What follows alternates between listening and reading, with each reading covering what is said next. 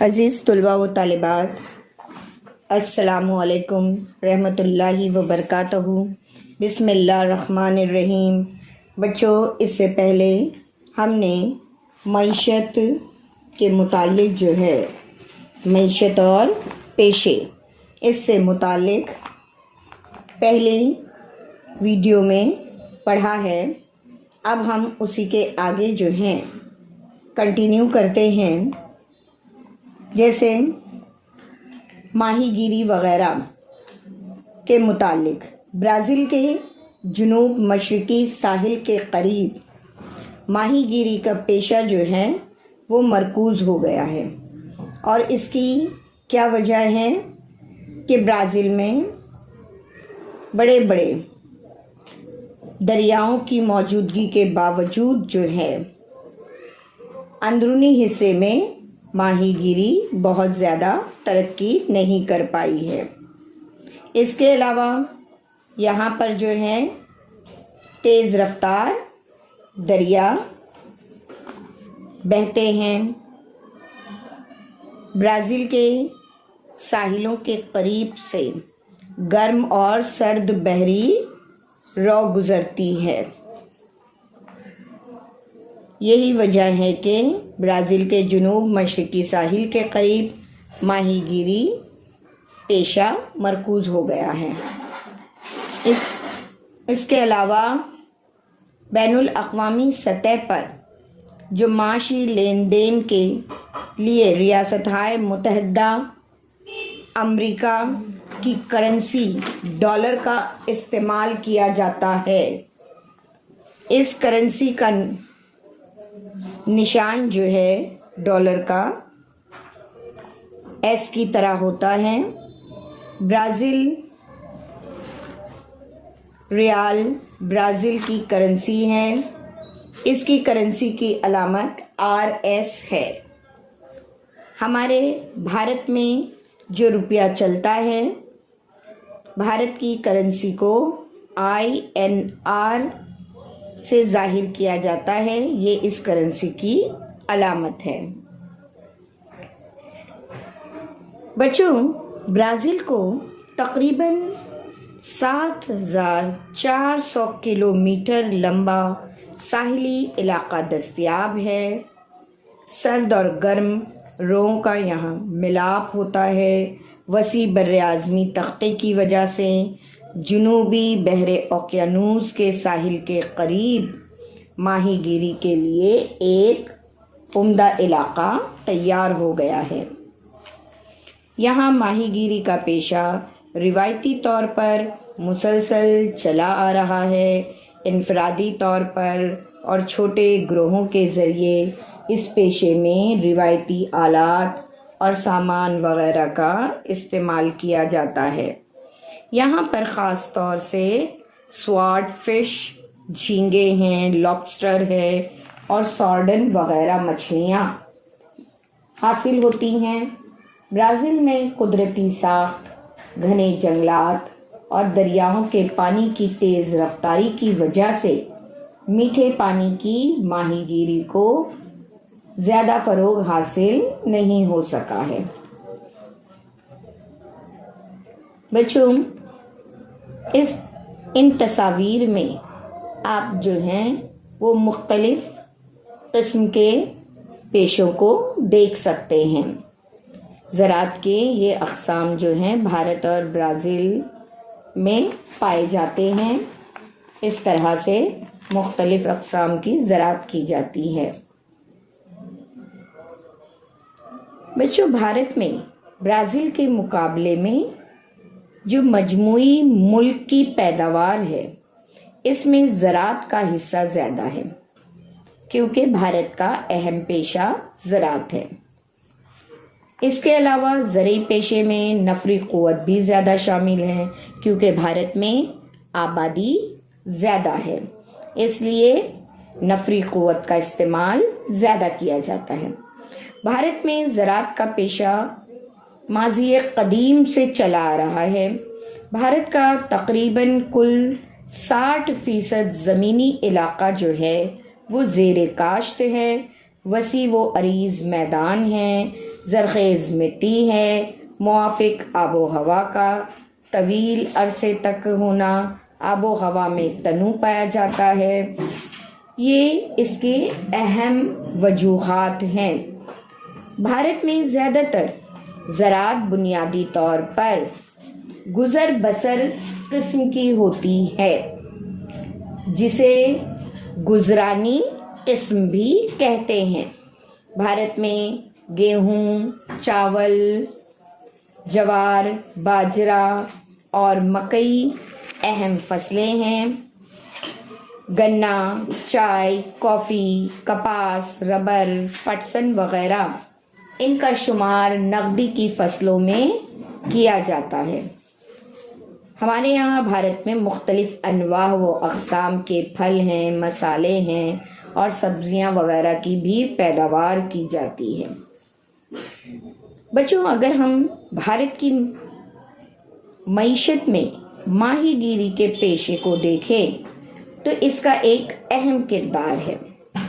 نمکین پانی اور میٹھے پانی کی ماہی گیری ہمارے یہاں بھارت میں دونوں کی جاتی ہے۔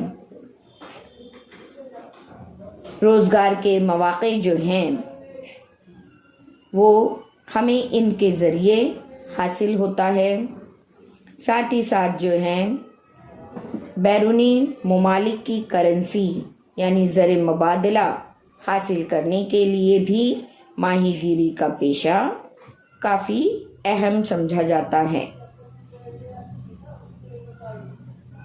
کیرلا، مغربی بنگال، اڑیسہ، آندھرا پردیش، تامل ناڈو، گوا اور مہاراشٹر کے ساحلی علاقوں میں رہنے والے بہت سے لوگوں کی غذا میں مچھلی ایک اہم جز کی اہمیت رکھتی ہے۔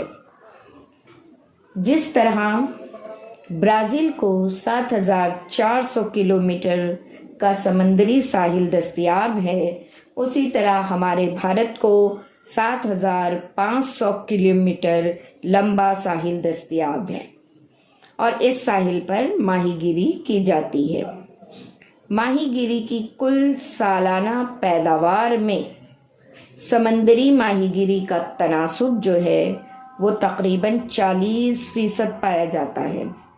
سارڈن، بانگڑا، بومبل ہے، سرمئی ہے، پاپلیٹ ہے، جھینگے وغیرہ جو ہیں وہ مختلف اقسام کے آبی جاندار جو ہیں وہ بحر عرب میں پائے جاتے ہیں۔ بحر بنگال میں شونڈے، لبئی چکی، کلوپیٹس، راوس وغیرہ جو ہیں وہ آبی حیوانات پائے جاتے ہیں۔ میٹھے پانی میں بھی مچھلی پالن، مچھلیاں جو ہیں ان کی نشو و نما کی جاتی ہیں، اسے مچھلی پالن بھی کہتے ہیں۔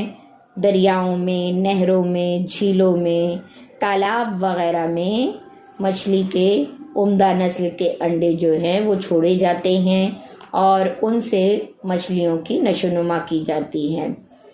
اس کے علاوہ قتلہ ہے، روہو ہے، چوپڑا ہے، یہ میٹھے پانی کی راوس وغیرہ میٹھے پانی میں پائی جانے والی یہ اہم مچھلیاں ہوتی ہیں، اور ملک کی کل ماہی گیری کے پیشے میں تقریباً سالانہ جو ہے 60% حصہ میٹھے پانی کی ماہی گیری سے حاصل ہوتا ہے۔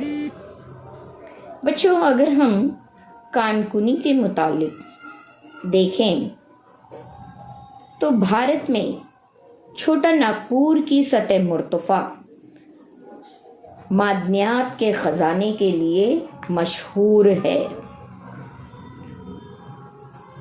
اکثر جو ہے خانہ پوری اور جوڑیوں میں اسے پوچھا بھی جاتا ہے کہ کان کنی کے لیے یا معدنیات کے لیے بھارت کی ڈیش سطح مرتفع جو ہے وہ مشہور ہے یا جانی جاتی ہے، تو بچوں چھوٹا ناگپور کی یہ سطح مرتفع ہے۔ یہاں پر کان کنی کا پیشہ بڑے پیمانے پر کیا جاتا ہے۔ مشرقی مہاراشٹر میں اور چھتیس گڑھ کے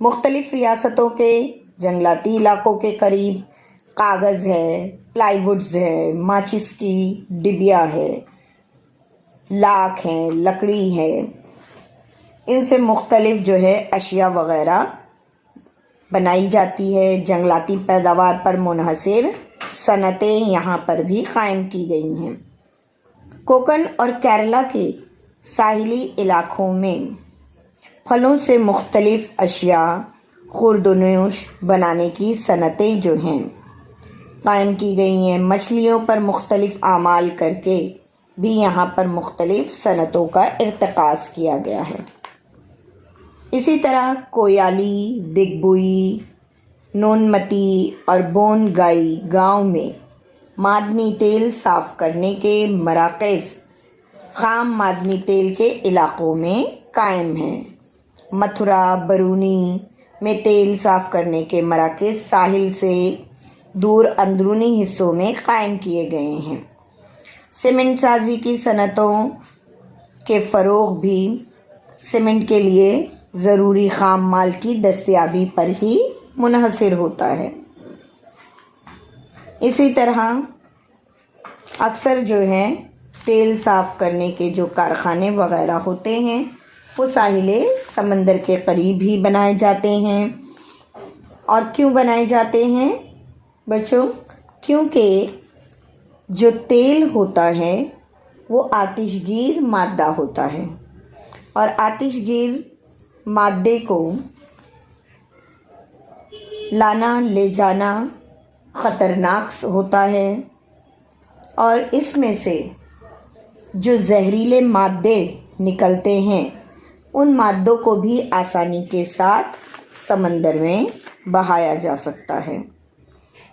گجرات، راجستھان اور تامل ناڈو ریاستوں میں بڑے پیمانے پر نمک کی پیداوار ہوتی ہے۔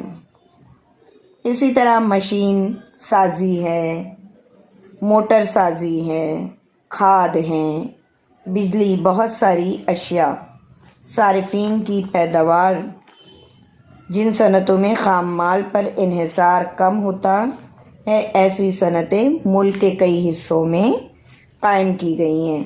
خاص طور پر بڑے بڑے شہروں میں ان صنعتوں کو قائم کیا گیا ہے۔ برازیل سے خاص طور پر خام لوہا، کافی، کوکو، کپاس، شکر، سنترا، کیلا وغیرہ برآمد کیا جاتا ہے۔ مشینی آلات، کیمیائی اشیاء، کھاد، گیہوں، موٹر گاڑیاں، معدنی تیل وغیرہ برازیل درآمد کرتا ہے، حاصل کرتا ہے۔ جرمنی، ریاستہائے متحدہ امریکہ، کینیڈا، اٹلی، ارجنٹینا، سعودی عربیہ اور بھارت کے خاص یہاں پر تجارتی شراکت دار ہیں جو اس تجارت میں شامل ہوتے ہیں۔ اسی طرح بھارت میں خاص طور پر چائے ہے، کافی ہے، مسالے ہیں اور چمڑے کی اشیاء ہے، خام لوہا ہے، کپاس ہے، ریشمی کپڑا، آم وغیرہ بھارت برآمد کرتا ہے۔ معدنی تیل، پیٹرولیم، مشینی آلات، موتی، بیش قیمتی جواہر ہیں، سونا ہے، چاندی ہے، ادویات وغیرہ جو ہے بھارت درآمد کرتا ہے، حاصل کرتا ہے۔ اور اس کی تجارت میں شراکت دار کون ہیں؟ برطانیہ اعظم، ریاستہائے متحدہ امریکہ، جرمنی، جاپان، چین اور روس وغیرہ، ان کے ساتھ بھارت جو ہے وہ تجارت کرتا ہے۔